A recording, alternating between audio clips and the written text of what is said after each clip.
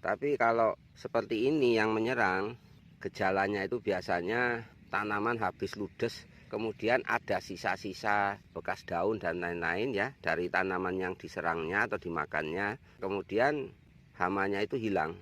Nah, biasanya dia kalau kita solo atau kita cari jejaknya itu tidak jauh dari tanaman yang diserang. Paling jauh itu 1 sampai 1,5 meter. Nah, nanti kita cariin di semak-semak atau di tempat-tempat yang agak dingin, pasti akan ketemu.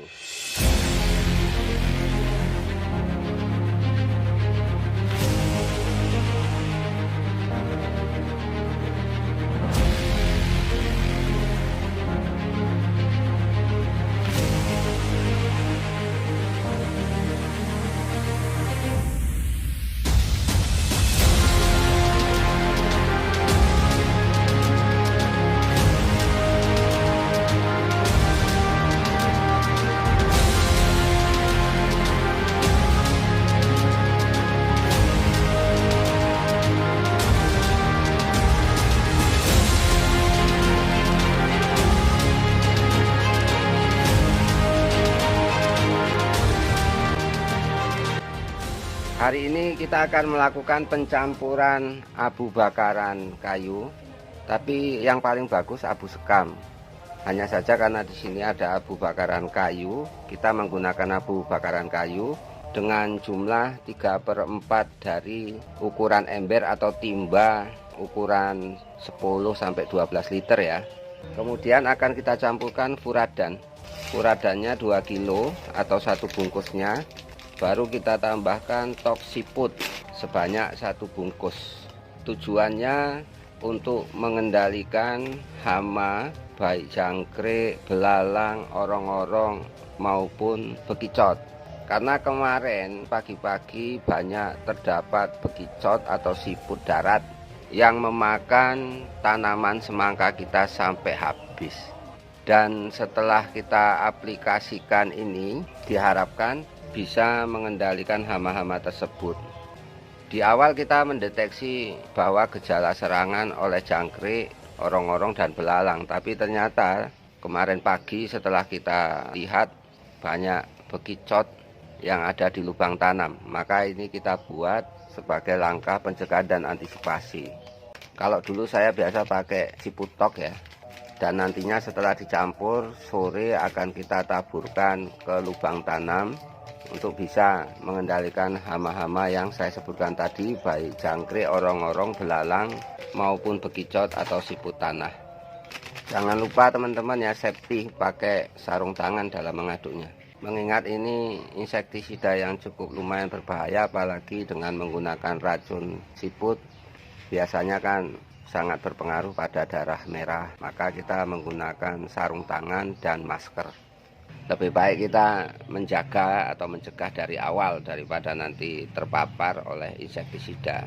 Sebetulnya saya juga jarang mau melakukan hal-hal seperti ini, tapi karena ini mendesak dan urgent, mengingat tanaman semangka kita juga sudah banyak ya, 30% yang terserang oleh hama-hama tersebut, maka mau tidak mau ini harus kita lakukan.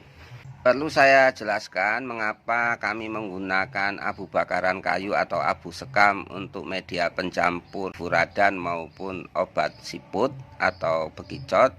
Mengingat abu bakaran tersebut bisa membantu dalam menghambat pergerakan bekicot ataupun siput darat. Karena bekicot dan siput darat itu kan mempunyai lendir yang digunakan untuk mempercepat proses jalannya. Apabila terkena abu sekam atau abu bakaran, dia akan lengket sehingga akan sulit dan membuat bekicot itu menjadi tidak aktif karena banyak abu yang lengket pada tubuh atau ototnya. Selain itu ya tujuannya supaya bisa mempermudah dalam proses penaburannya nanti. Teman-teman juga bisa menggunakan media tanah, pupuk kandang ataupun pasir. Bedanya kalau kita menggunakan pasir atau tanah atau pupuk kandang, tujuan kita menghambat pergerakan bekicot ataupun siput tanah itu tidak seperti tujuan kita dengan mencampurkan media tadi dengan menggunakan abu sekam atau abu bakaran kayu. Persamaannya hanya pada tujuan mempermudah dalam proses aplikasinya ke lubang tanam.